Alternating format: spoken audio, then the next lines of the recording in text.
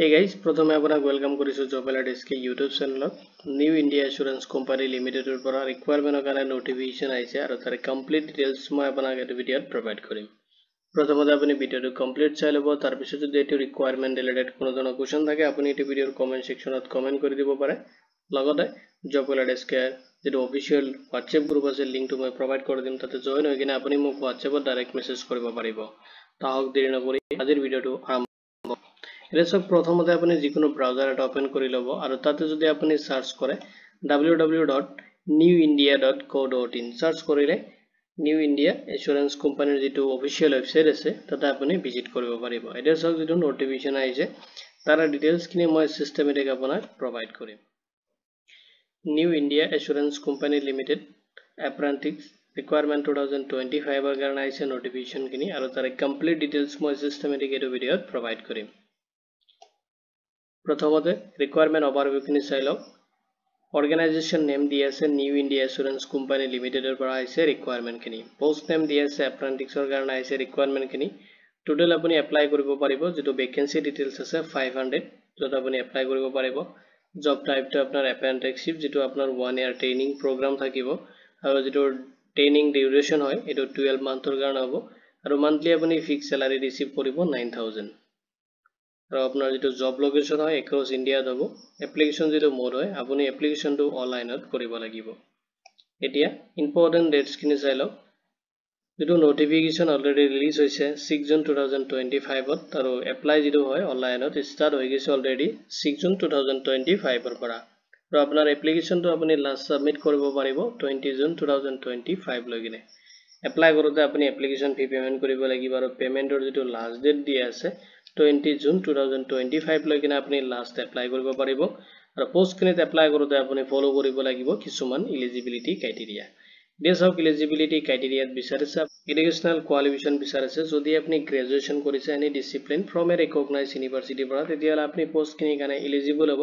লগতে চাওক আপুনি কমপ্লিট কৰা হ'ব লাগিব গ্ৰেজুৱেচনটো 1 এপ্ৰিল 2021 ৰ পিছত, তেতিয়াহলে আপুনি পোষ্টখিনিৰ কাৰণে এলিজিবল হ'ব এন আপুনি এপ্লাই কৰিব পাৰিব।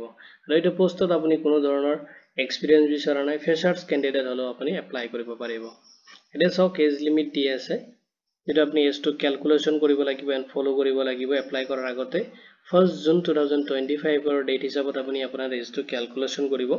মিনিমাম এজ বিচাৰিছে 21 ইয়াৰ্স হলে আপুনি পোষ্টখিনিৰ কাৰণে এপ্লাই কাৰণে এলিজিবল হ'ব। ম্যাক্সিমাম আপুনি 30 ইয়াৰ্স লৈকিনে এপ্লাই কৰিব পাৰিব।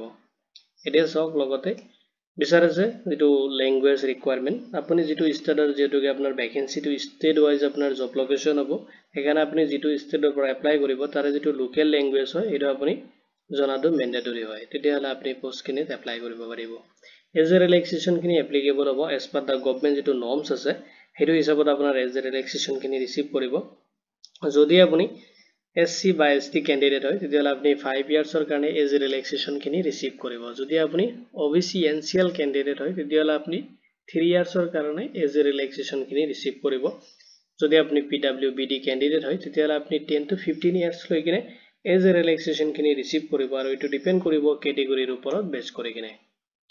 নেক্সট চাওক যেটা আপোনাৰ এপ্লিকেশন ফি হয় আপুনি পেমেন্ট কৰিব লাগিব এপ্লাই কৰোতে, যেটো ক্যাটেগৰী ওয়াইজ ডিভাইড কৰি দি আছে ইনক্লুডিং আপোনাৰ 18% GST তাতে এড কৰা আছে। এটা চাওক যদি আপুনি জেনাৰেল OBC বা EWS ক্যান্ডিডেট হয় তেতিয়াহলে আপুনি পেমেন্ট কৰিব লাগিব 944 rupees, যেটো আপুনি অনলাইনত কৰিব লাগিব।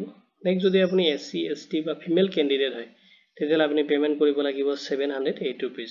যদি আপুনি PWBD ক্যান্ডিডেট হয় তেতিয়াহলে আপুনি পেমেন্ট কৰিব লাগিব 472 rupees, যেটো পেমেন্ট মোড হয় আপুনি অনলাইনত কৰিব লাগিব যত আপুনি ইউজ কৰিব পাৰিব debit card, credit card, net banking through আপোনাৰ পেমেন্ট খিনি আপুনি কমপ্লিট কৰিব পাৰিব। এতিয়া চাওক আপোনাৰ যেটো ভ্যাকেন্সি খিনিত আপোনাৰ সিলেকশন কেনেকৈ হ'ব। সিলেকশনত প্ৰথমতে আপুনি অনলাইন ৰিটেন এক্সাম দিব লাগিব যত আপোনাৰ 100 মাৰ্ক অবজেক্টিভস টাইপ কোৱেশ্চন থাকিব যত আপুনি চেক কৰিব লাগিব English, reasoning, quantitative aptitude, general knowledge and computer এৱাৰনেছৰ ওপৰত আপুনি MCQs চাব লাগিব আৰু ডিউৰেচন থাকিব আপোনাৰ 60 মিনিট মানে 1 আৱাৰ্স আৰু আপোনাৰ এইটো এক্সামত কোনো ধৰণৰ নেগেটিভ মাৰ্কিং নাথাকে। আপুনি কেনেকৈ ৰিটেন এক্সাম খিনি কাৰণে কোৱালিফাই কৰিব পাৰিব তাৰ কাৰণে যদি আপোনাৰ কোনো ধৰণৰ ষ্টাডি মেটেৰিয়েল লাগে বা এক্সামৰ কেনেকৈ সিলেবাস আপুনি ফলো কৰিব লাগিব কোনটো টপিকৰ ওপৰত কিমানখিনি মাৰ্ক থাকিব তেতিয়াহলে আপুনি এই ভিডিওৰ কমেন্ট সেকশনত কমেন্ট কৰি দিব ইন ডিটেইলছত মই এটা ভিডিও আপোনাক প্ৰভাইড কৰি দিম এতিয়া সব যেটো ৰিজনাল ল্যাঙ্গুৱেজ আছে তাতে আপোনাৰ এটা টেষ্ট হ'ব আৰু এটো আপুনি এটেম্প কৰিব লাগিব নেক্সট আপোনাৰ ডকুমেন্টস ভেৰিফিকেশন হ'ব এইখিনি ষ্টেপত আপোনাৰ সিলেকশন প্ৰসেস কমপ্লিট হৈ যাব এতিয়া সব হাউ টু এপ্লাই কেনেকৈ আপুনি এপ্লাই কৰিব তো এপ্লাই কৰোতে প্ৰথমতে আপুনি ভিজিট কৰিব লাগিব নেশনাল এপ্ৰেন্টিসশিপ ট্ৰেইনিং স্কিমৰ যেটো পোৰ্টেল আছে তাতে আপুনি ভিজিট কৰিব যেটো লিংক মই আপোনাক এই ভিডিওৰ ডেসক্ৰিপচনত প্ৰভাইড কৰি দিম তাতে আপুনি প্ৰথমতে ৰেজিষ্ট্ৰেচন কৰিব লাগিব আপুনি ৰেজিষ্ট্ৰেচন কৰাৰ পিছত তাতে এটা আপুনি ৰেজিষ্ট্ৰেচন আইডি ৰিসিভ কৰিব মানে ৰেজিষ্ট্ৰেচন নাম্বাৰ ৰিসিভ কৰিব তাৰ পিছত আপুনি যাব লাগিব যেটো নিউ ইণ্ডিয়া এসুৰেন্স কোম্পানী লিমিটেডৰ অফিচিয়েল ওয়েবসাইট আছে আপুনি যিকোনো ব্ৰাউজাৰত যাই কিনে সাৰ্চ কৰিব পাৰে www.newindia.co.in